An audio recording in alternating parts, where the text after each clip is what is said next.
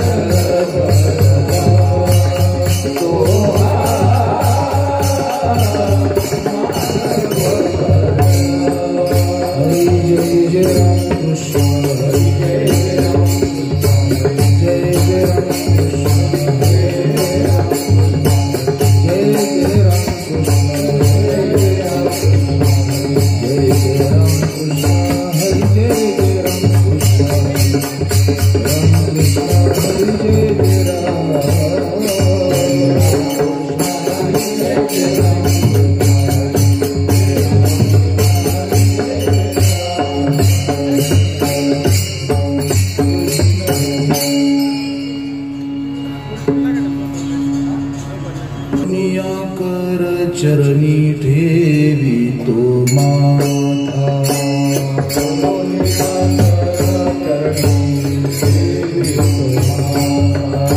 जोडून याकर चरणी ठेवी तो माथा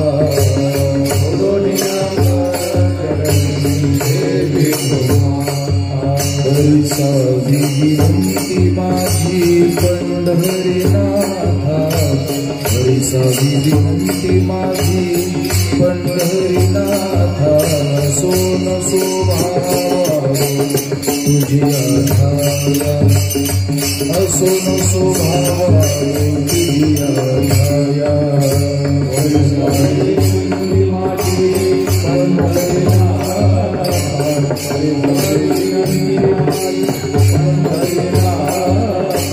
असोन स्वभाव तुझी आधाया तुझी आधाया कृपा दृष्टी पाहे मजकडे पंढरीराया कृपा दृष्टी पाहे मजकडे पंढरीराया असोन स्वभावालो तुझी आधाया असोन स्वभावालो तुझी आधाया पंढरीराया कृपा दृष्टी पाहे मजकडे पंढरीराया असोन स्वभावालो तुझी आधाया असोन स्वभावालो तुझी आधाया अखंडित असावे ऐसे वाटते पायी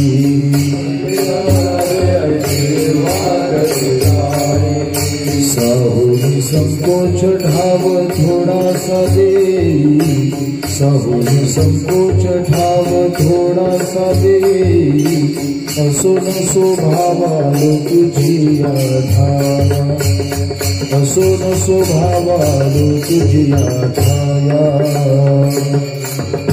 ठाव थोडासा देई थोडासा देई असोन स्वभावालो तुझी आधाया असोन स्वभावालो तुझी आधाया तुका म्हणे आम्ही तुझी वेडी वाकुळी तुका म्हणे आम्ही तुझी वेडी वाकुळी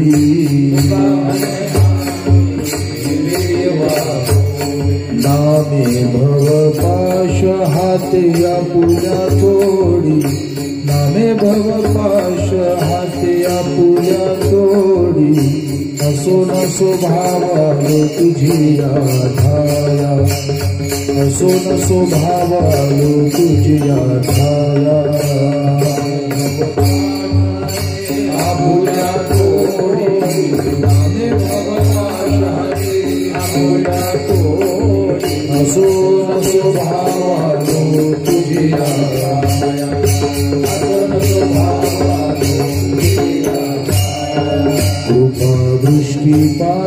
मजकडे पंढरी राया कृपा दृष्टी पाहे मजकडे पंढरी राया असो नसो भाव आलो तुझी ठाया असो नसो भाव आलो तुझी ठाया मजकडे पंढरी राया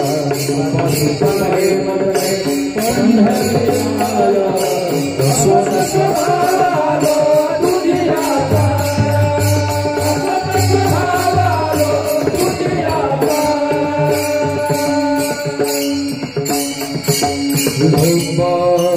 रघुमाई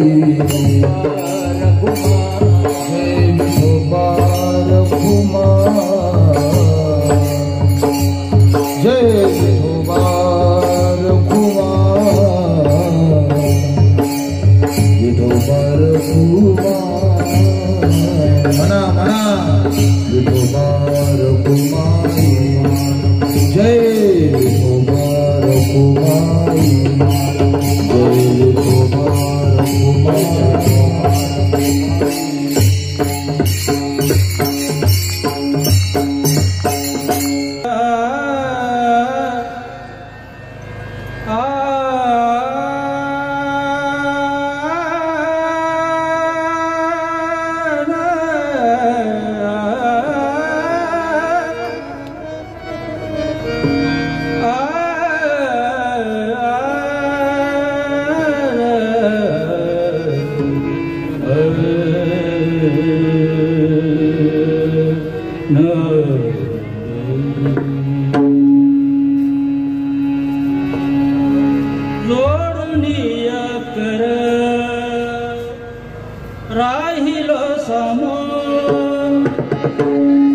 जोडनिया कर चरणी ठेवी तो माता जोडनिया कर चरणी ठेवी माता जोडनिया कर चरणी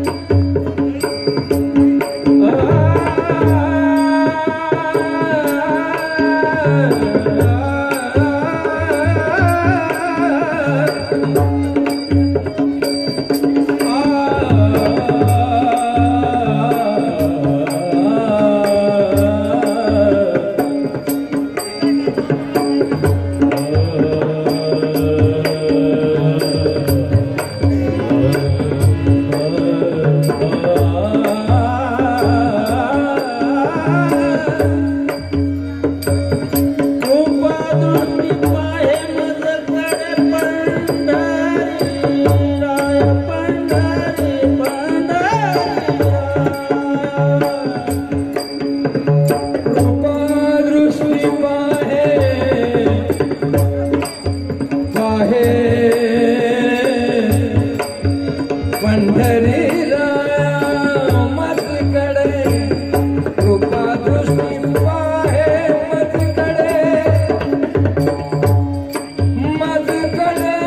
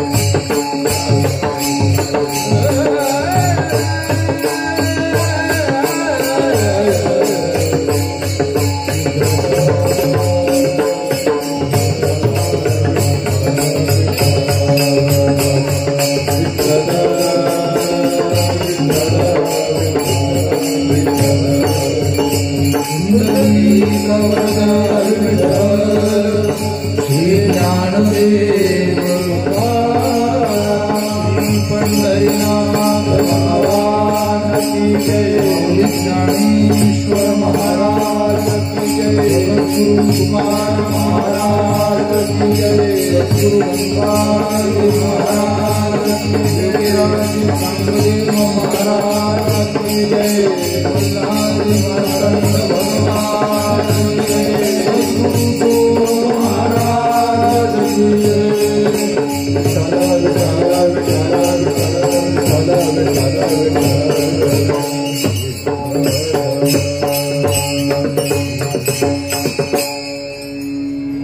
जोडोनिया कर चरणी ठेवितो माथा, परिसावी विनंती माझी पंढरीनाथा. असून स्वभावालो तुझी आठाया, कृपा दृष्टी पाहे मजकडे पंढरी राया. अखंडित राहावे ऐसे वाटते पायी, साहोनी संकोच ठाव थोडा साधी. असून स्वभावालो तुझी आठाया, कृपा दृष्टी पाहे मजकडे पंढरी राया. तुका म्हणे आम्ही तुझी वेळी वाकुडी, तुका म्हणे आम्ही तुझी वेळी वाकुडी. नामे भवपाश हाते आपोल्या तुडी. असून स्वभावालो तुझी आठाया, कृपा दृष्टी पाहे मजकडे पंढरी राया. विठ्ठल विठ्ठल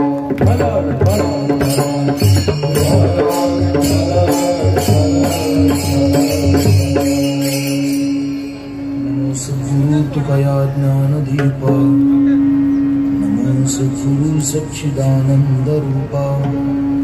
नमो सद्गुरु भक्त कल्याणमूर्ती, नमो सद्गुरु भास्करा पूर्ण कीर्ती. या कुंदेंतु तुषार हार धवला,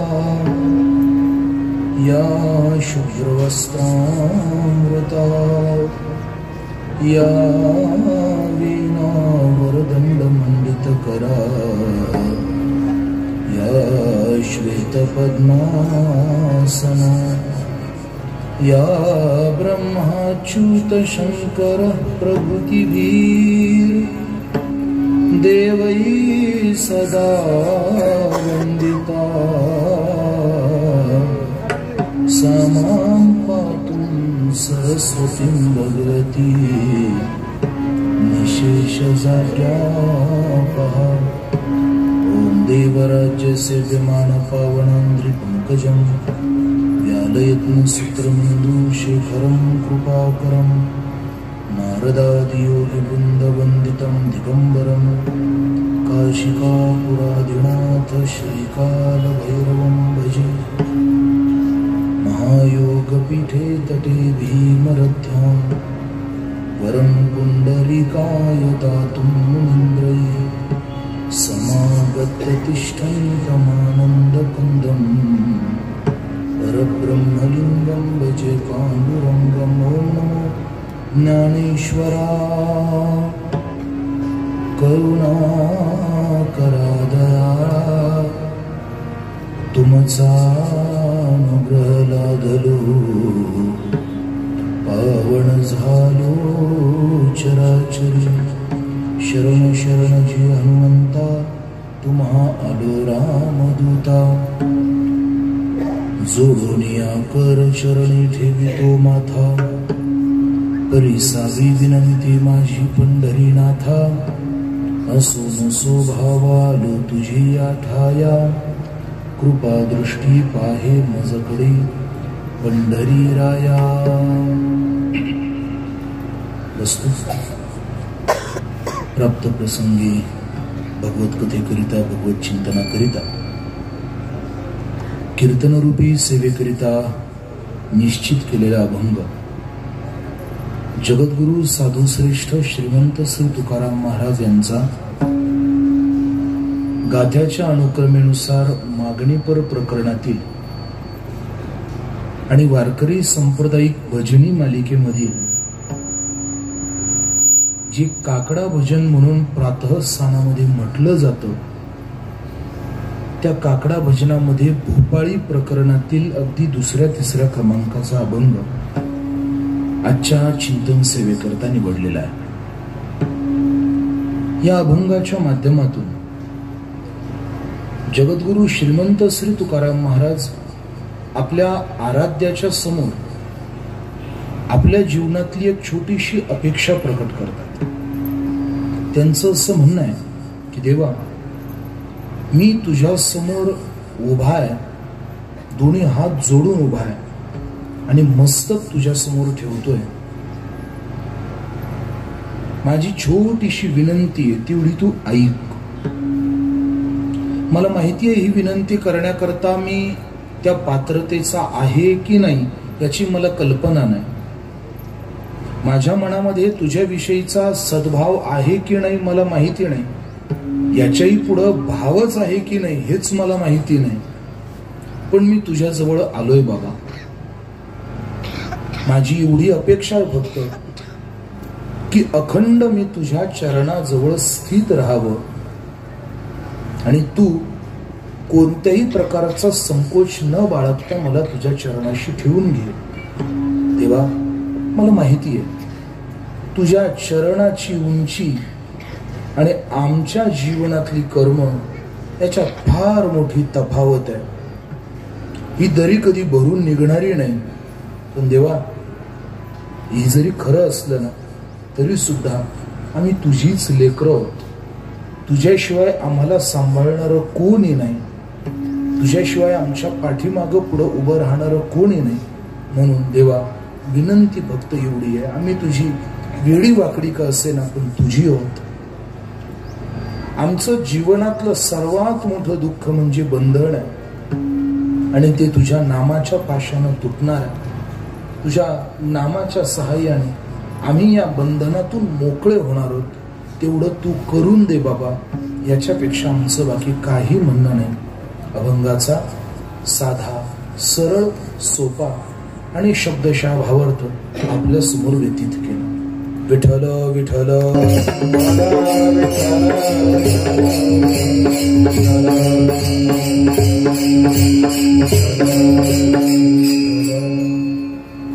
आज आपण सर्व मंडळी काय निमित्ताने या ठिकाणी उपस्थित झालेला आहात आपल्या सर्वांना कल्पना आहे. आजपासून 1 वर्षापूर्वी आपल्या सर्वांचे आध्यात्मिक, सामाजिक आणि सर्वांगाने सहकारी असणारी आदरणीय कैलासवासी या कोते परिवाराचे एक आधारस्तंभ आणि या कोते परिवाराचं खऱ्या अर्थाने समाजातील एक प्रतिष्ठेतील स्थान कैलासवासी बाळासाहेब रखमाजी पाटील कोते. बाळासाहेबांना जाऊन आज जवळजवळ 1 वर्ष पूर्ण होत आहे आणि त्यांच्या स्मृतीला अभिवादन करण्याकरिता त्यांचा सबंध परिवार, मग त्यांच्या परिवारातील त्यांचे सर्व सदस्य, त्यांच्या पत्नी गंगा भगीरथी सुनंदा बाळासाहेब पाटील कोते, त्यांच्या भाऊजाई गंगा भगीरथी सिंधुबाई गोरक्षनाथ पाटील कोते, त्यांच्या भगिनी भीमबाई विठ्ठल शिंदे, त्यांचे बंधू राजेंद्र रखमाजी पाटील कोते, त्यांच्या भाऊजाई सरला राजेंद्र पाटील कोते, त्यांचे चिरंजीव अभिषेक बाळासाहेब पाटील कोते, कन्या प्रियंका अमोल पाटील काळे, दुसरी कन्या प्राजक्ता सतीशराव देवकर आणि त्यांची पुतणे दत्तप्रसाद गोरक्षनाथ कोते आणि आकाश राजेंद्र कोते आणि साक्षी राजेंद्र कोते पुतणी, आदी करून त्यांचा सबंध परिवार, त्यांचे आप्तेष्ट, गणगोत, सगळे सोयरे, मित्र परिवार आणि आपण सर्व या कोते परिवारावर प्रेम करणारी आदरणीय मंडळी, या कोते परिवाराच्या संबंधाने उपस्थित असणारे आपण सर्वच महत्वाची माणसं आहात. आज या परिवाराच्या आयुष्यातला फार मोठा दिवस आहे. कारण या परिवाराचा एक असा तारा निखळून पडलेला आहे की ज्या माणसाने आतापर्यंत परिवार, समाज, नातलग, मित्र परिवार, कुटुंबाशी संबंधित असलेल्या प्रत्येक गोष्टीला ज्या व्यक्तीने आतापर्यंत फार आपुलकीने जोडलं, असा या परिवाराचा एक फार आवडतं, या परिवाराचंच नाही तर या पंचक्रोशीचं आपल्या सर्वांचंच एक आवडतं व्यक्तिमत्व बाळासाहेबांना जवळजवळ 1 वर्ष झालं. आणि त्या निमित्ताने खऱ्या अर्थाने ही कीर्तन सेवा आहे. या कीर्तन सेवेसाठी उपस्थित सर्व आपल्या परिसरातले गुणीजन, गायनाचार्य, मृदंगाचार्य, हार्मोनियम वादक, सर्व आदरणीय टाळकरी मंडळी, विनेकरी महाराज, तुलसी वृंदावन घेऊन उपस्थित असलेल्या माता भगिनी, उत्कृष्ट साऊंड सिस्टीम, नाही खरंच छान आहे बरोबर नाही, खरंच छान. कारण दुर्दैवाने माझ्या कानाची उजवी बाजू सध्या बंद आहे. मला फक्त डाव्या बाजूने ऐकू येते. जन्मजात नाही, चालू थोड्याशा आजारामुळे उजवी कानाची बाजू जरा बंद आहे. पण तरीही उजवी बाजू बंद असून सुद्धा मला कुठंच कमतरता जाणवत नाही. म्हणजे निश्चित तुम्ही भरभक्कम आहात हे 100% खरं आहे. आणि यात शंकाही नाही की कोते परिवाराने आज कोणताही हलका माणूस बोलवलेला नाही. सगळी वजनदार माणसं आहात आपण.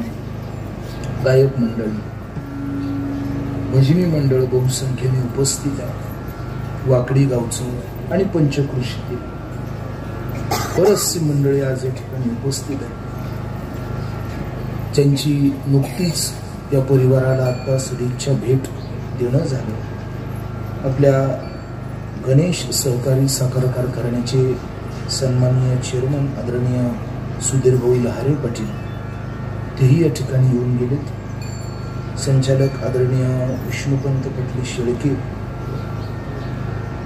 त्याचबरोबर कापसे पाटील, संदीप भाऊ लहारे, जिल्हा परिषद सदस्य आदरणीय देवकर सर, ही सर्व मंडळी, आपणही सर्व मंडळी उपस्थित आहात. आमचे पत्रकार भाऊसाहेब पाटील काळे, ते या परिवाराचे नातलग म्हणूनही उपस्थित आहेत आणि आमचे वैयक्तिक पारमार्थिक सहकारी म्हणून देखील उपस्थित आहेत. आदरणीय रावसाहेब पाटील काळे, तेही या ठिकाणी आलेले आहेत. आदरणीय सोपानराव काका पठारे, तेही या ठिकाणी उपस्थित आहेत. आमचे वैष्णव सेवा आश्रम भोकरचे सर्व सेवेकरी या ठिकाणी उपस्थित आहेत. आदरणीय देवरे बाबा असतील, आदरणीय शिवदास महाराज दाभाडे, आदरणीय विजय महाराज शिंदे, आदरणीय वाघ महाराज, आदरणीय सुधाकर महाराज लोंढे, मृदंगाचार्य आदरणीय प्रथमेश महाराज, आदी करून आपण सर्व मंडळी, अकोलकर महाराज, ज्यांच्या सहयोगातनं, निमंत्रणातनं ही सेवा खऱ्या अर्थाने आम्हाला प्राप्त झाली. आदरणीय पारमार्थिक सहकारी चंद्रकांतजी नळे महाराज आणि आपण सर्व या परिवाराच्या संबंधाने या ठिकाणी उपस्थित आहोत. सुरुवातीलाच ज्यांचं भजन कीर्तन सुरू होण्याच्या अगोदर या परिवाराच्या संबंधाने आणि बाळासाहेबांच्या स्मृतीला अभिवादन देण्याकरता आदरणीय नळे महाराजांच्या कन्या त्यांचं सुरुवातीला भजन देखील या ठिकाणी पार पडलं. आणि हळूहळू आज खरं म्हणजे वेळ पार पूर्णतेकडे होत आली.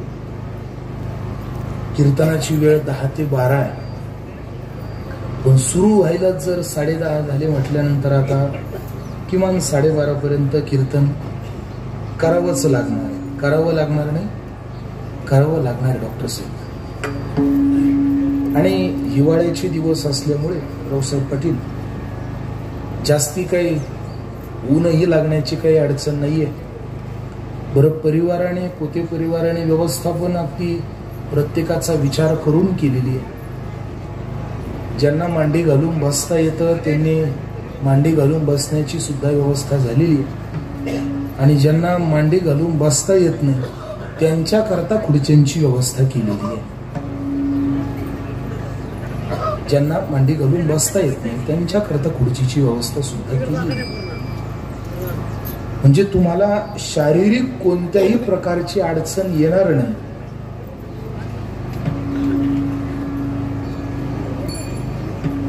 आदरणीय शिवाजी तात्या लहारे तेही या ठिकाणी उपस्थित.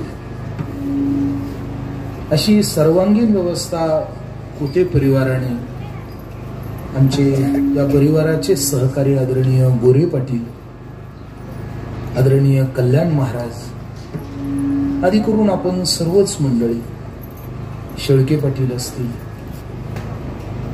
आता वाकडी गावमध्ये कितीक नावं घेत जावे हा फार मोठा प्रश्न आहे. पण तरी देखील आपण सर्वजण त्या परिवारासाठी महत्वाचे आहात. आमच्यासाठी आपण सर्व तर महत्वाचे आहातच यात शंका नाही. कारण आपण जर नसता तर आम्हाला कीर्तन करणंच विस्तरित कठीण झालं असतं. पण आमच्यासाठी जसे आपण महत्वाचे आहात जगदाळे पाटील, तसे या परिवारासाठी सुद्धा आपण महत्वाचे आहोत. पिंपळसून आदरणीय जगदाळे पाटील सुद्धा या ठिकाणी आलेले आहेत. थोडक्यातच काय, ही येणारी माणसं आता येतच राहणार आहेत. कारण या परिवाराचा, बाळासाहेबांचा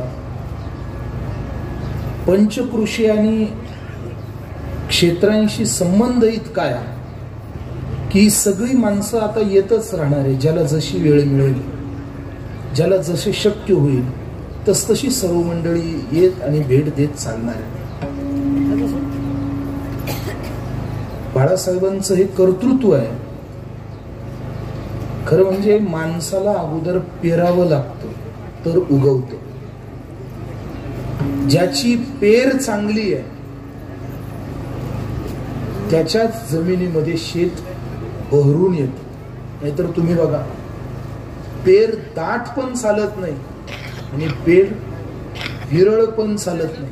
ती मापात असली पाहिजे. कारण दाट पेरलं की कमी उगवतं.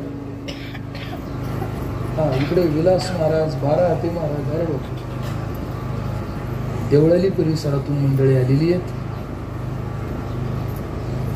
दाट पेरलं की उगवायला कमी होत आणि पातळ पेरलं की हाताला काही येत नाही. त्यामुळं पेर दाटही झाली नाही पाहिजे आणि पातळही पडली नाही पाहिजे. कर्म करताना माणसाने इतकं विचार करून केलं पाहिजे की त्या कर्माचा परिणाम जिवंत असतानाही राहिला पाहिजे आणि त्या कर्माचा परिणाम आपण गेल्यानंतरही आपला सुगंध दरवळत राहिला पाहिजे. इतकी चांगली माणसाची पेर पाहिजे. ज्याची पेर ढिली आहे, ज्याची पेर हलकी आहे, ज्याची पेर कच्ची आहे, त्या माणसाकडे कधी कुटुंबातलेही आकर्षित होत नाही आणि समाजातले सुद्धा आकर्षित होत नाही. बाळासाहेबांची पेर पक्की होती. व्यवसाय असो, शेती असो, खरं म्हणजे व्यवसाय आणि दुग्ध व्यवसायामध्ये बाळासाहेबांनी या परिवाराचं फार मोठं एक योगदान आहे. गेल्या काही दिवसांपूर्वीच आपल्या राज्य सरकारने गाईला देशी गाईचा एक राज्यमातेचा दर्जा दिलाय. गोसेवा घडली पाहिजे आणि या परिवारामध्ये ही सेवा अनेक वर्षापासून अतिशय सातत्याने आणि विशेष म्हणजे बाळासाहेबांनी बाकी ती फार व्यवसाय म्हणून फार चांगल्या पद्धतीने सांभाळली. त्यांचा परिवाराची यादी माझ्या समोर. बरं, नुसतं उद्योग व्यवसाय म्हणूनच नाही, नाहीतर बऱ्याचदा असं होतं की जी माणसं फार उद्योगाच्या पैशाच्या मागे लागतात त्यांचं घराकडे बऱ्याचदा दुर्लक्ष होतं. पण बाळासाहेबांचं तेही झालं नाही. मुलंही उच्च शिक्षित आहेत, कुटुंबातली इतर मंडळीही सुशिक्षित आहेत, शिकलेली आहेत, पुतणेही शिकलेले आहेत. मुलं आणि पुतणे परदेशामध्ये चांगल्या उच्च पदावर काम करते आहेत. म्हणजे उद्योगधंद्याच्या बाबतीतही तेवढं लक्ष, कुटुंबाच्या मुलांच्या बाबतीतही तेवढंच लक्ष, आणि विशेषत्वाने म्हणजे सामाजिक आणि त्यातल्या त्या धार्मिक आपल्या गावचं ग्रामदैवत भगवान श्री खंडेराव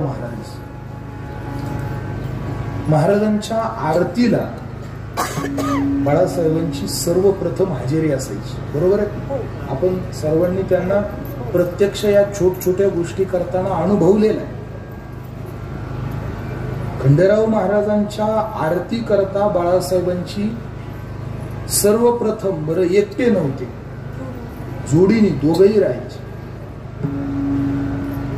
आणि खरं म्हणजे आज जोडी फक्त धार्मिक कार्यक्रमातच पाहायला मिळते. मंदिरामध्ये देवाची आरती करता, उपासने करता, पूजे करता अतिशय नम्रतेने बाळासाहेब आपली त्यांची पत्नी दोघेही अतिशय नम्रपणे सेवा करत होते. आणि राहणं, वागणं, बोलणं तर काय त्यात बोलणंच नाही. मुळातच बाळासाहेबांचा स्वभाव राजा माणसासारखा होता. मला असं वाटतं योगीराज सद्गुरू श्री गंगागिरी महाराजांच्या सप्ताहाचा ज्यावेळी कोकमठाण मध्ये सप्ताह होता, बरोबर काय होतं, कोकमठाण मधल्या सप्ताहामध्ये आमची भेट मागे झाली होती. आणि त्यावेळी त्यांच्या बोलण्यात, वागण्यात साधू संतांविषयी, महाराज मंडळींविषयी जी एक आपुलकी, जो एक आदर, जो एक सन्मान पाहिजे, तो सन्मान त्यांच्या वागण्यातनं अतिशय प्रखरशानं आणि नम्रतेने जाणवत होता. बरं, नम्र म्हणजे लगेच वाधाळ पण नाही, अगदी नीटनेटकं पण. हे त्यांना अन्नदानाची जास्त हौस होती. बेटाच्या परंपरेत तर ते बऱ्याच दिवसापासून सेवेमध्ये अन्नदानात होतेच होते. पण त्याच्याही पेक्षा जर कुणाचं कुटुंबाचं काही काम असेल, एखादा कुटुंबातला, मित्र परिवारातला काही कार्यक्रम असेल, म्हणजे या गोष्टी आपण सर्वांनी खऱ्या अर्थाने अनुभवलेल्या आहेत. एखादा कुटुंबातला उत्सव असेल, काही कुटुंबातला एखादा छोटासा कार्यक्रम असेल, तर त्यांची धावपळ ही त्या कार्यक्रमामध्ये स्वयंपाक, वाढायला कोण जेवलं, या सगळ्या गोष्टीत बाळासाहेबांची खूप धावपळ राहायची. आणि या सगळ्या गोष्टी पाहता पाहता, करता करता गेल्या 1 वर्षापूर्वी अगदी अचानक जेवण वगैरे झालं, गावातनं दूध पण टाकून आले, आणि अचानकच थोडस छातीमध्ये दुखायला लागलं. म्हणून घरी सांगितलं. घरच्या मंडळींनी पुष्कळ धावपळ केली. श्रीरामपूर म्हणू नका, शिर्डी म्हणू नका, कुठकुठपर्यंत धावपळ केली. बरं, रिपोर्ट सुद्धा नॉर्मल आले. काय कुठपर्यंत विज्ञान चालतंय माहिती नाही. रिपोर्ट नॉर्मल आले, पण त्याच्यावर काही अधिक वेळ त्यांनी आपल्याला दिला नाही. आणि वयाच्या साधारणतः 61व्या वर्षी, बरोबर ना, 61व्या वर्षी त्यांनी आपल्या जीवनाचा प्रवास खऱ्या अर्थाने थांबवला. खरं म्हणजे अशा माणसांकडे पाहिल्यानंतर वाटतं ही संतोक्ती नाहीये, पण हे प्रमाण अशा माणसांसाठी लागू पडतं जो आवडे सर्वांना. दुर्दैवाने या वाक्याचा फार दुरार्थ करून टाकलाय लोकांनी हल्लीच्या काळात. कोणाच्याही साठी वापरला जातो, जो आवडे सर्वाला तोची आवडे सुपंगता. पण असं नसतं. काही माणसं त्यांच्या कर्माने जातात आणि मग त्यांच्यासाठी उग विनाकारण काहीतरी म्हणणं, जो आवडे सर्वाला तो आवडे, हे काही योग्य नाही, असं नसतं. पण बाळासाहेबांच्या बाबतीमध्ये बाकी ही उक्ती अतिशय योग्य ठरते. मित्र परिवार, घरची मंडळी, गावातली मंडळी, धार्मिक मंडळी, सामाजिक सर्व क्षेत्रातल्या माणसांना आपल्या बरोबर घेऊन चालणं, परिवाराबरोबर आपल्या सवंगड्यांची आणि आपल्या सहकार्यांची सुद्धा प्रगती करणं. खरं म्हणजे हे काम लवकर कुणाला जमत नाही बरं का. आता इथे आदरणीय बाळासाहेब पाटील गाढवे सरपंच साहेब उपस्थित आहेत. गावची प्रगती करायची म्हटल्यानंतर त्या प्रगतीच्या आधारभूत माणसाची बुद्धी सुद्धा असणं गरजेचं आहे. आम्ही कायम सांगतो का, तुमच्या नेवाशाला सद्गुरू श्री बन्सी महाराजांनी पैस खामाचं मंदिर बांधलेलं. ते मंदिर बांधण्यासाठी बन्सी बाबांनी स्वतःची जमीन विकली. 16 एकर जमीन विकली आणि बन्सी बाबांनी त्या मंदिराची बांधणी सुरुवात केली. आम्ही सांगतो का, मी हे कशासाठी सांगतोय त्याचं कारण, स्वतःची जमीन विकून बन्सी बाबांनी मंदिर बांधलं. लोक मंदिर बांधता बांधता जमिनी घेतात. कित्येक गावामध्ये कित्येक मंदिरांची बांधकामं चालू आहेत. 8-8, 10-10 वर्ष झाले बांधकामं सुरू आहेत. बांधकाम काही जात नाही, पण याच्या प्रत्येक पोराला 10-10 एकर बाकी नावे येऊ राहील.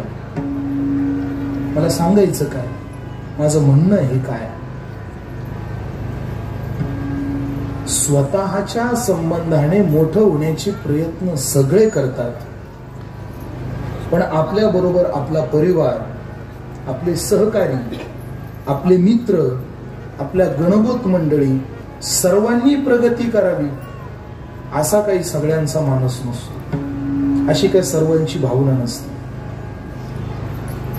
म्हणून अशा मोठ्या माणसांच्या साठी संतांचं एक म्हणणं आहे, गेले दिगंबर ईश्वर विभूती, गेले दिगंबर ईश्वर विभूती, राहिल्याचा कीर्ती जगमाची, राहिल्याचा कीर्ती जगमाची.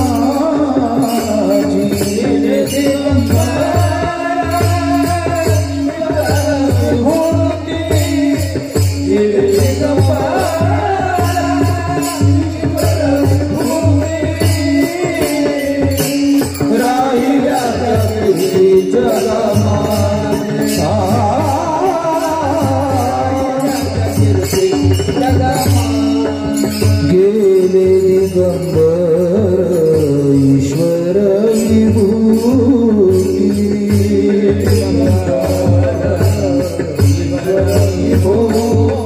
गेले दिगंबर ईश्वर विभूती,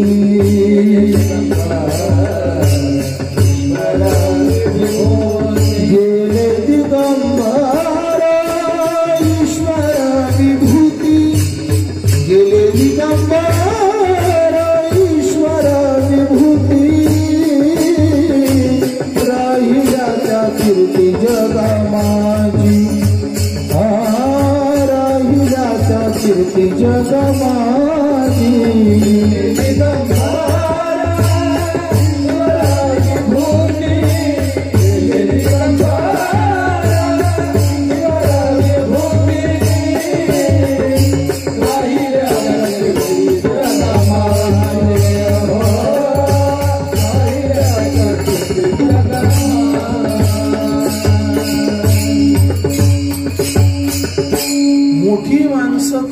करतात आणि निघून जातात, परत पाठीमागे पाहत नाही.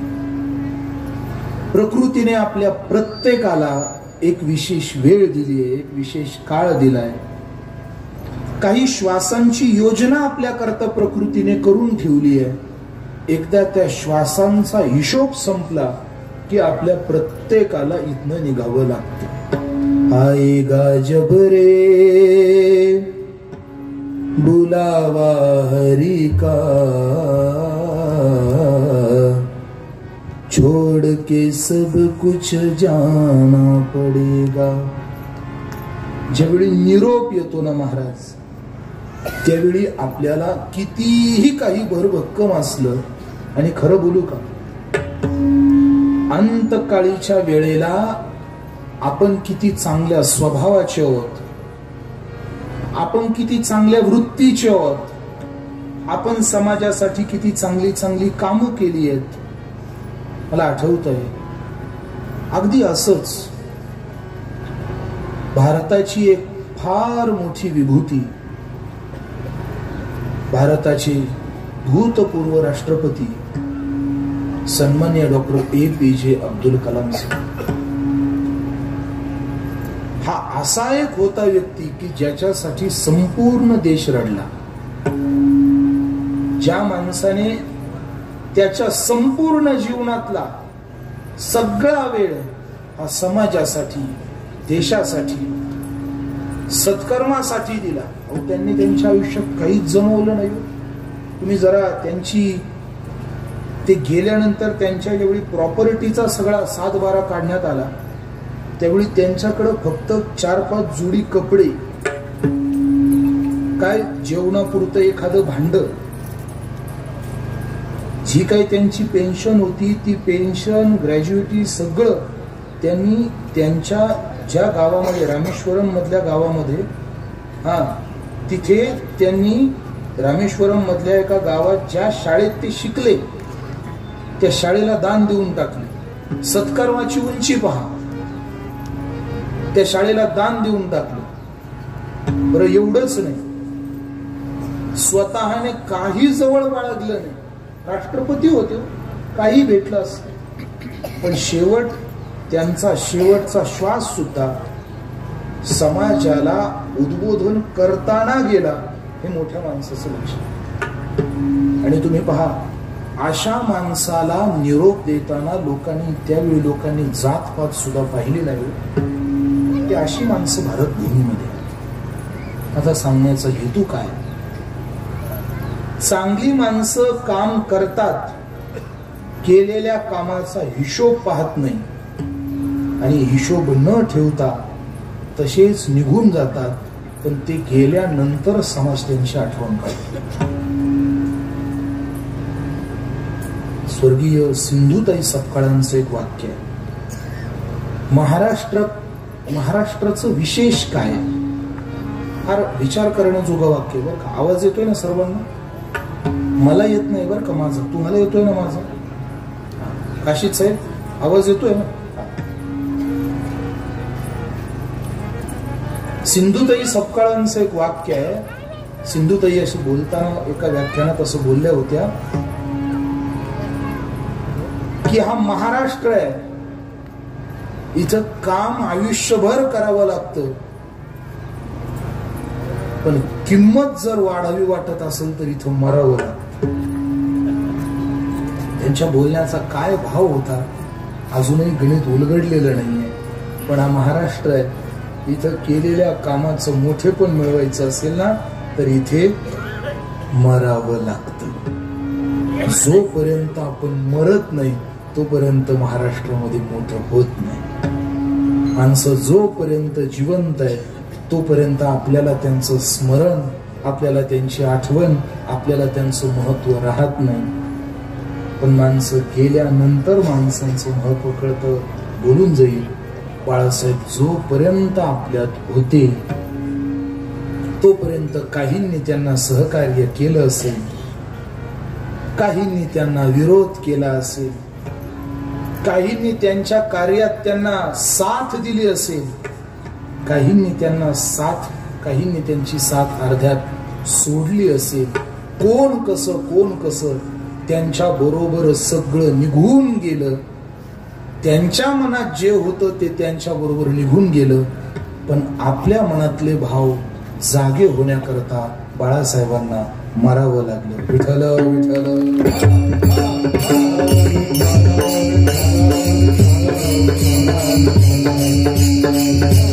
न जाने जिंदगी का क्या पगा होगा, जीना यहाँ मरने से कतान होगा. कबीरजी महाराज म्हणतात, भारतामध्ये, महाराष्ट्रामध्ये, नाही या पृथ्वी तलामध्ये मरण्यापेक्षा जास्त कठीण जगणं आहे. आणि ते ज्यांना जमत ना, बोलू जगणं आणि जगून जाणं हे सगळ्यांना जमतं. पण गेल्यानंतर सुद्धा स्मृती स्वच्छ ठेवून जाणं हे सर्वांना जमत नाही. ही माणसं क्वचित असतात. आणि अशाच क्वचित माणसांपैकी बाळासाहेब हे एक नाव, ज्यांनी 1 वर्षापूर्वी, आता खरं म्हणजे चर्चा करता करता मंडळी बोलतात की महाराज हृदय विकाराचा झटका आला आणि त्यात बाळासाहेब गेले. हृदय बंद पडलं म्हणून, हृदय विकाराचा झटका आला म्हणून गेले. मी म्हणतो याला थोडस उलट करू. मी म्हणतो याला थोडस, हृदय विकार म्हणता तरी कसं असतं, तर काहीतरी त्या कागदावर दिसायला पाहिजे होतं ना. अहो एवढ्या मोठ्या या गोंधळलेल्या शरीरातला एक तंतू जर विज्ञान शोधून काढू शकतं, तर मग त्या रिपोर्टवर हृदयाचा काहीतरी कुठंतरी बिघाड झालेलं यायला पाहिजे होतं ना. डॉक्टर आहे तिथे, त्यांनी स्वतः सांगितलं की रिपोर्ट अगदी जसेच्या तसे होते, जसेच्या तसे, अगदी व्यवस्थित ठणठणीत रिपोर्ट मध्ये काही आलं नाही. मग मला फक्त या हृदय विकार शब्दाचा अर्थाचा थोडासा व्यत्यास करावा वाटतो.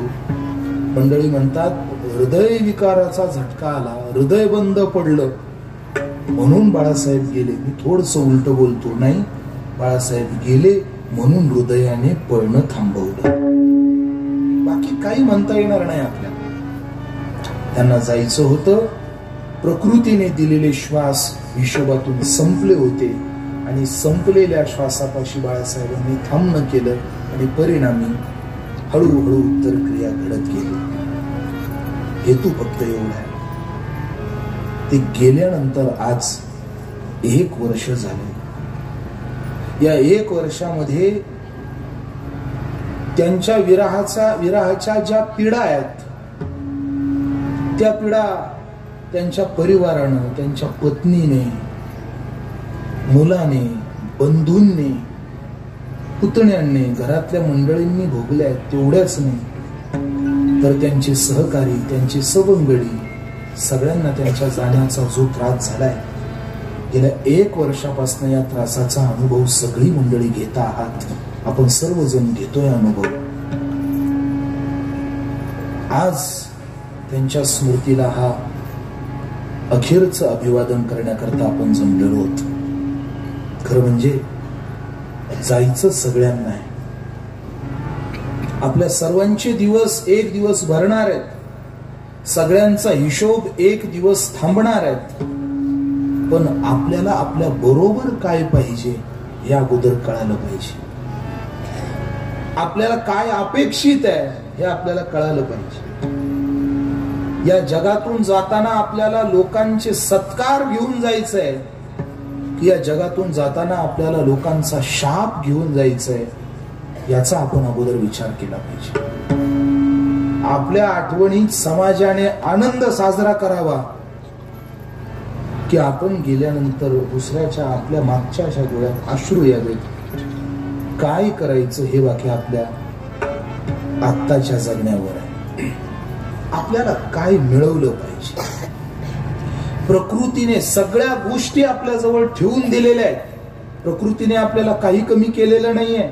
प्रकृतीने सगळ्या गोष्टी आपल्याला दिल्या आहेत, पण आपल्याला काय पाहिजे हे आपल्याला कळायला पाहिजे. एक छोटासा प्रसंग मला स्मरणात येतोय. आपल्याला काय पाहिजे हे आपल्याला कळालं पाहिजे. आपल्याला काय मिळवायचं आहे हे आपल्याला कळालं पाहिजे. ज्यावेळी युगपुरुष स्वामी विवेकानंद, ऐकताय ना सगळे, इकडे लक्ष द्या, माझ्याकडे लक्ष द्या. अगदी वेळेमध्ये सोडणार आहे मी, काळजी करू नका. बरोबर 12:30 मी सगळं थांबवणार आहे, तुम्ही काळजी करू नका. सगळं शांत करणार आहे 12:30. फक्त तुम्ही लक्ष माझ्याकडे द्या.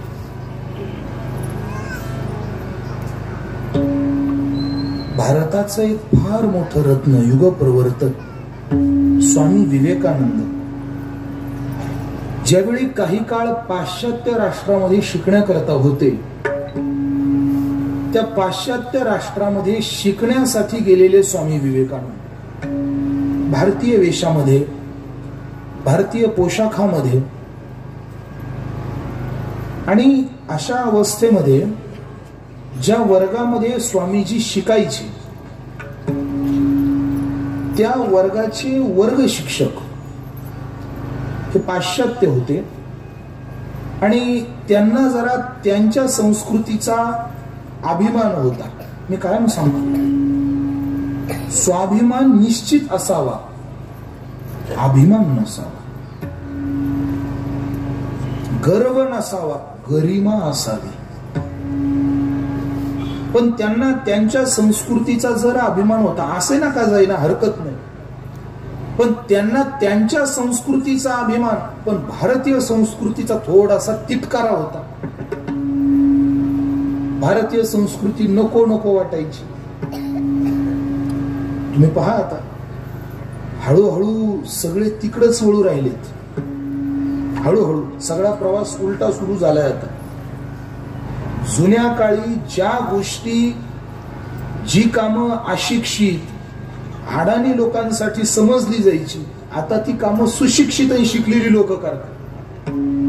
जुन्या काळी आपल्याकडे जर माणूस जर पाहुणा म्हणून किंवा जर घरी आला तर त्याला काय दिलं जायचं? गुळ आणि पाणी. त्यावेळेचे म्हणायचे गुळ पाणी दिला रे, अशिक्षित आहेत, अडाणी आहेत, यांना कळत नाही, ते काय अडाणीच आहेत. आता काय चाललंय? आता जर म्हटलं चहा घेता का, ते म्हणे नाही. अहो घ्या ना. नाही, मग साखरेचा चालत नाही का, गुळाचा लागतो. का बरं असं? आता काय साखर कडू झाली आहे का? अहो चांगल्या चपात्या राहतात आता जेवायला. ताटामध्ये किती प्रकार आहेत महाराज जेवणा करता. आज इतके प्रकार झाले जेवणा करता की खाणाऱ्या माणसाला प्रश्न पडतो, खाऊ कुठून ठेवू कुठून. इतका जेवणाचा प्रकार झालाय. आणि एखादा मोठा माणूस येतो, वा वा जेवणा करता बसा, पंगत बसली जेवणा करता, एवढे सगळे पदार्थ जेवणा करता वाढले. तो म्हणतो हे चालत नाही. मग ज्वारीची भाकर आहे का? म्हणजे जी ज्वारीची भाकर काही काळापूर्वी गरिबीचा परिचय म्हणून लोकांसमोर यायची, आज मोठमोठ्या श्रीमंतांची तीच ज्वारीची भाकर गरज बनली आहे. विठ्ठल विठ्ठल.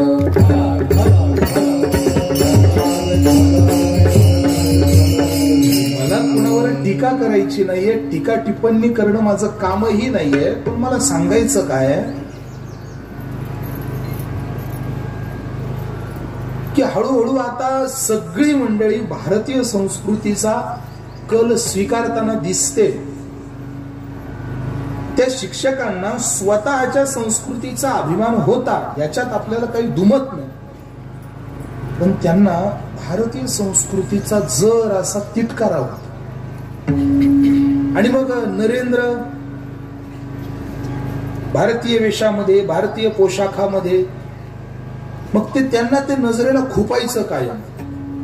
राहतो आपल्या देशात, खातो आपल्या देशातलं, शिकतो आपलं तत्व, आपलं ज्ञान, बाकी राहताना सगळं. आणि हेच करायचं असतं बरं का, लक्षात ठेवा. विवेकानंदांकडनं काय शिकायचंय आजच्या मुलांनी हे लक्षात ठेवा. परिस्थिती कठीण असली, ज्याचं भेटतं त्याचं खा, जिथं भेटतंय तिथं राहा, ज्याच्याकडनं शिकायला भेटतंय त्याच्याकडनं शिका. सगळं जरी दुसऱ्याचं घेता आलं तरी चालन, पण देखावा वरचा बाकी आपलाच राहिला पाहिजे. तो काही विकायचा नाही. हे स्वामीजींकडनं शिकायचं. आम्ही आता विद्यापीठामध्ये असताना बऱ्याच शिकलेल्या सुशिक्षित नास्तिकांची आमची गाठ पडायची. आणि आम्ही असं व्याख्यानाला बाहेर दिल्लीमध्ये, चेन्नईमध्ये,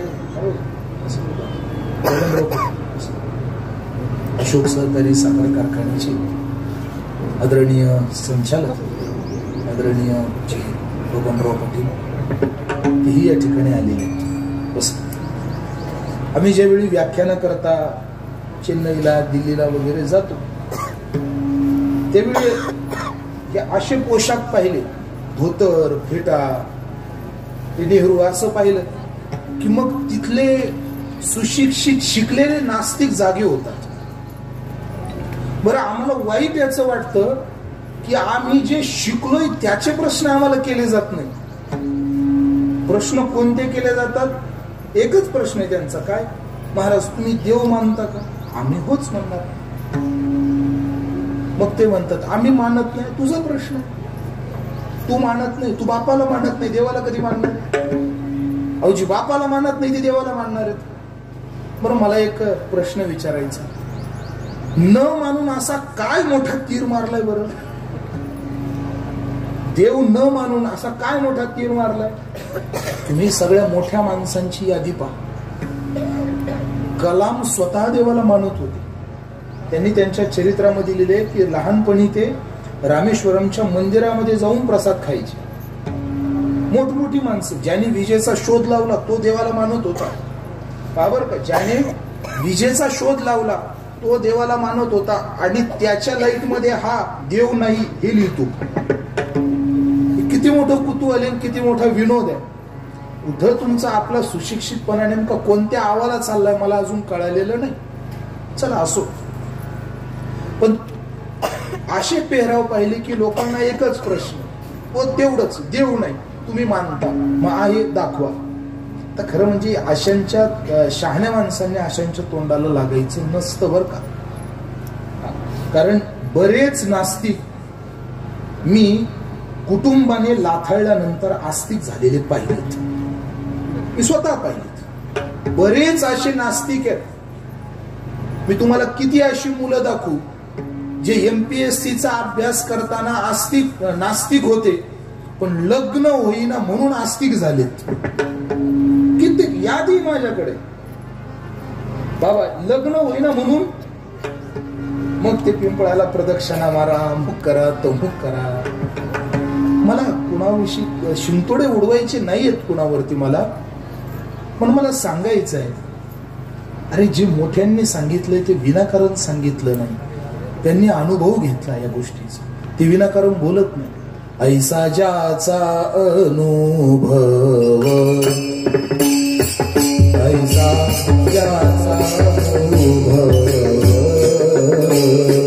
ऐसा ज्याचा अनुभव, ऐसा ज्याचा अनुभव. ईश्वरेव सत्य देव सत्य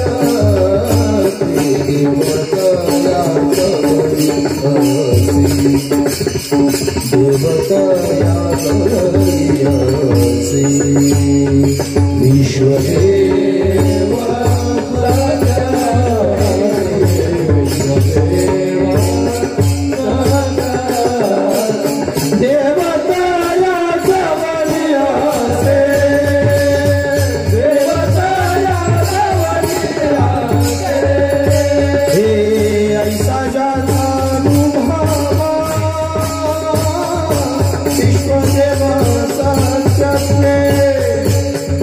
विश्वदेव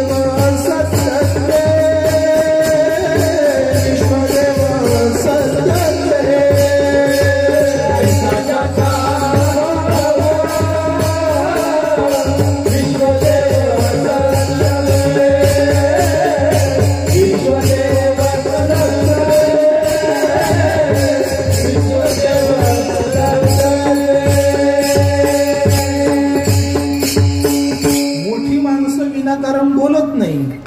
अगोदर अनुभव घेतात. आधी केले मग सांगितले, ते विनाकारण बोलत नाही. सेवितो हा रस वाटितो अनेका. मग त्या स्वामीजींच्या वेशाकडे पाहून त्या शिक्षकांना कायम तिटकारा की हा सगळं आपलं करतो, पण कपडे बाकी याचे भारतीय. निष्ठा ठेवताना भारताविषयी ठेवतो. आणि बऱ्याचदा वर्गामध्ये असं बोलता बोलता बोलता बोलता व्हायचं असं की शब्दाला स्वामीजींचा अपमान केला जायचा, शब्दाला. मग एकदा ते शिक्षक वर्गामध्ये आले आणि त्यांनी सहज असं विचारलं वर्गामध्ये, मुलांनो, मी आज तुम्हाला एक छोटासा प्रश्न विचारणार आहे. तुमच्या सर्वांची परीक्षा आहे बरं का, तुमच्या सर्वांची आज परीक्षा आहे.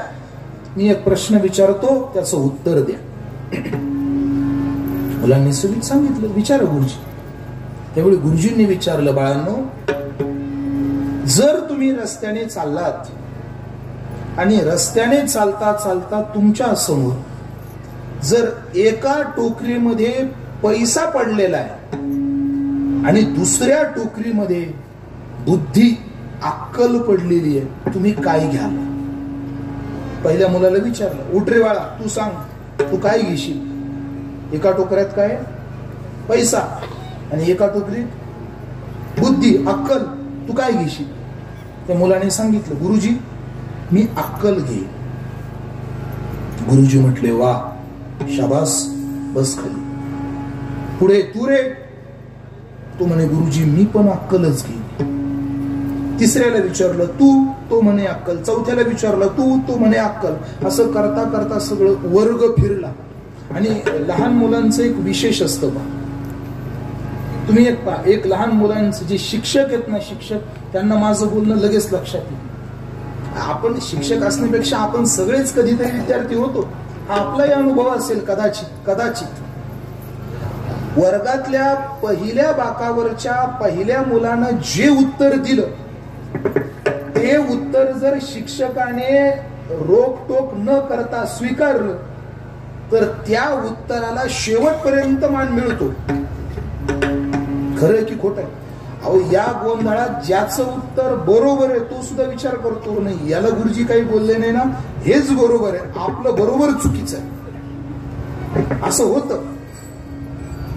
आणि झालं काय, सगळा वर्ग उत्तर फिरला अकलेवर, अक्कल घ्यायला. आणि स्वामीजींच्या जवळ, नरेंद्र, जी गुरुजी, उठ, तू रस्त्याने चाललाय? हो गुरुजी.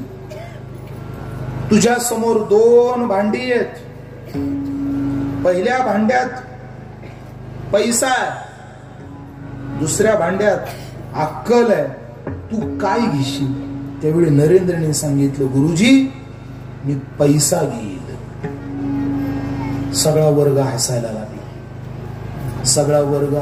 लागला. गुरुजी हसायला लागले. गुरुजी बोलले, बघा, हे भारतीय माणसाला सगळ्यात जास्त गरज ज्या गोष्टीची आहे ती बुद्धी यांना नको वाटते. अहो, बुद्धीच्या आधाराने बुद्धीचे वैभव अन्य नाही दुजे. अहो, जी बुद्धी जगावर राज्य करते ती बुद्धी याला नको, यांना काय पाहिजे? बघा, हे भारतीय. सगळा वर्ग हसायला लागला. स्वामीजींची खिल्ली उडवली. स्वामीजी शांत उभे होते. सगळा वर्ग हसून हसून शेवटी दमून शांत झाला. आणि मग स्वामीजी बोलले, गुरुजी, तुम्ही आणि सगळे किती जरी हसले तरी मी पैसाच घेईन. त्यामुळे गुरुजींनी पण विचारलं, एवढं सगळं प्रकरण होऊन सुद्धा हा पैसाच म्हणतोय. गुरुजींनी विचारलं, पण तुला अक्कल आणि पैशातून तू पैसा घेशील? तो म्हणे, हो गुरुजी, मी पैसाच घेईल. का? त्यावेळी स्वामीजींनी उत्तर दिलं, त्याचं कारण असं आहे गुरुजी, जी गोष्ट ज्याच्याकडे नाही तो माणूस तेच घेतो.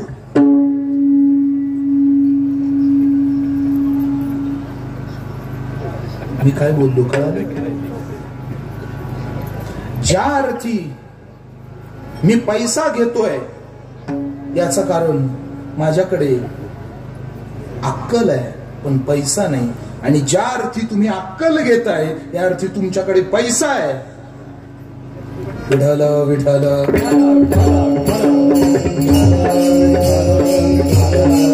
आपल्याला कोणत्या गोष्टीची गरज आहे हे आपल्याला अगोदर कळालं पाहिजे. जगाला कळून काय फायदा नाही, अगोदर आपल्याला कळालं पाहिजे. तुकोबरायांना माहिती आहे त्यांच्या जीवनात त्यांना काय पाहिजे आणि त्यांना जे पाहिजे ते कोणाकडे मिळेल हेही तुकोबरायांना माहिती आहे. म्हणून त्या देवाच्या समोर जातात, हात जोडतात आणि विनंती करतात अभंगाच्या पहिल्याच्या. जोडून या चरणी देवी तुम्हाला, जोडून या कर चरणी देवी तुम्हाला,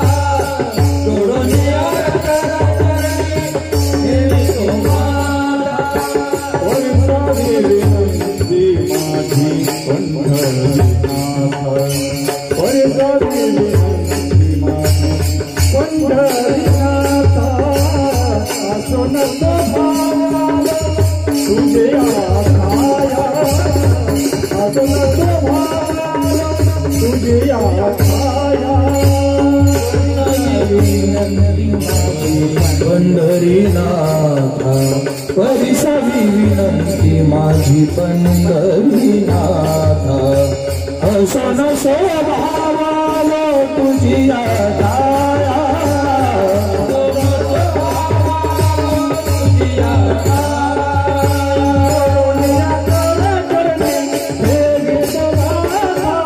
परिसावी विनंती माझी पंढरीनाथा, परिसावी विनंती माझी पंढरीनाथा, जोडलिया कर चरणी देवी तुम्हाला, परिसावी विनंती माझी पंढरीनाथा,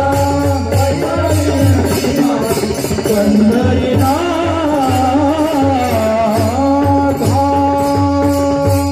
तुकाराम महाराज म्हणतात, देवा मी तुझ्या समोर उभा आहे, दोन्ही हात जोडतोय देवा, जोडून या कर.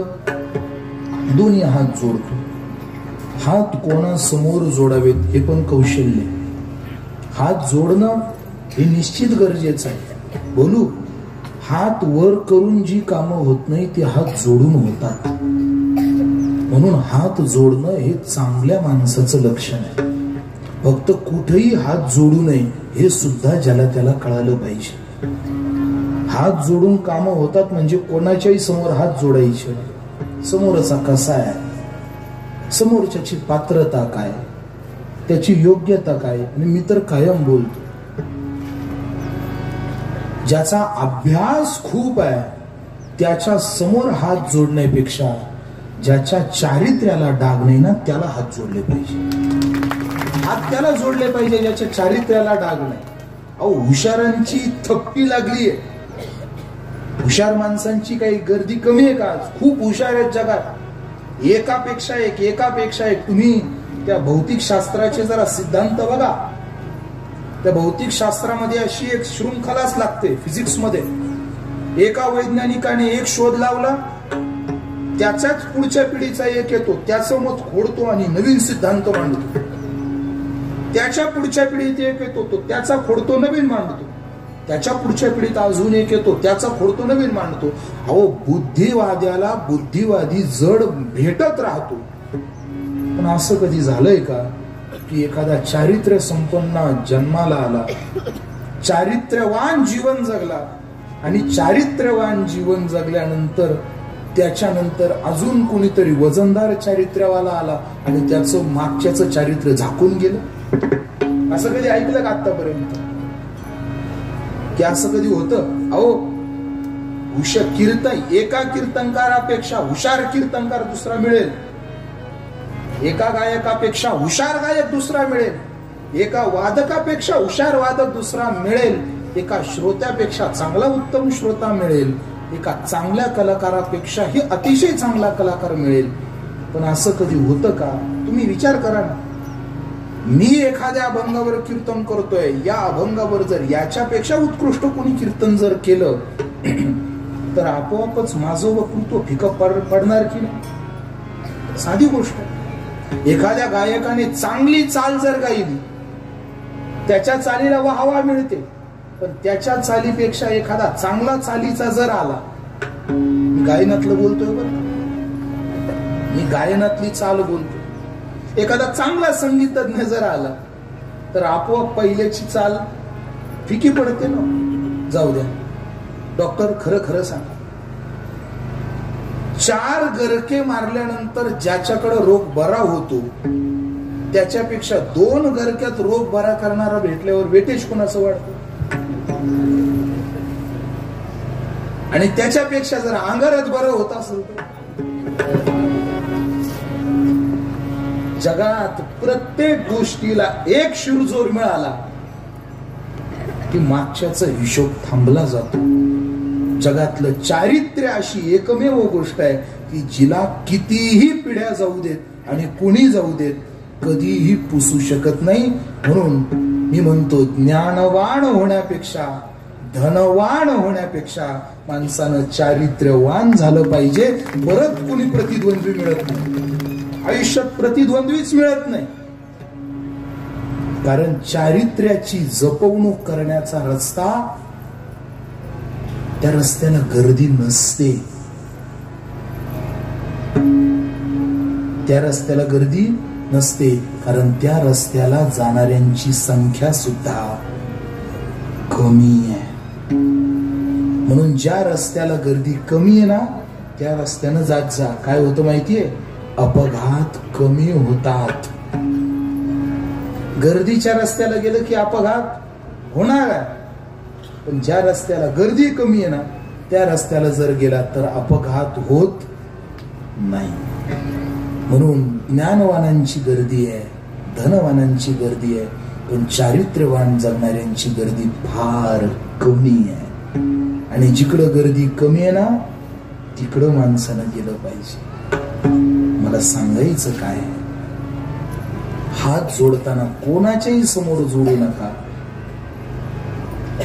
जो सर्वात मोठा आहे, जो सर्व दिष्टाने योग्य आहे, जो चारित्र्याने परिपूर्ण आहे, अशा समोर हात जोडा. तुकोबार आहे, देवासमोर हात जोडतात. जोडोनिया कर चरणी ठेवितो माथा. देवाच्या समोर हात जोडतात आणि विनंती करतात, परिसावी विनंती माझी पंढरीनाथा विठोबा रखुमाई.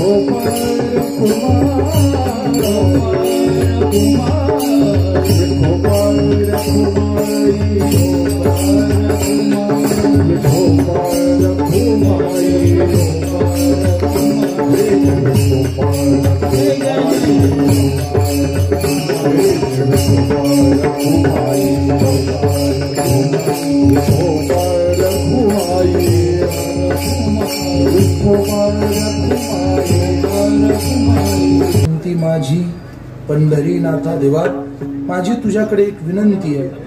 मी तुझ्या गोंधळ कमी कर, माझा तुझ्या संबंधाने व्हावे की नाही माहिती नाही, पण तरी असो नसो भावालो तुझी या ठाया.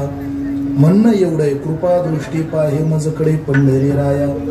माझी इच्छा आहे अखंडित राहावे ऐसे वाटते पायी, पण साहोनी संकोच ठाव थोडासा देई देवा. आम्ही तुझीच आहोत, तुका म्हणे आम्ही तुझी वेडी वाकुडी, फार चांगली हो तशातला भाग नाही वेडी वाकुडी, पण नामे भवपाश हाते आपुल्या तोडी, असो नसो भाव आलो तुझी आठाया, कृपा दृष्टी पाहे मजकडे पंढरी राया, ज्ञानेश्वर माऊली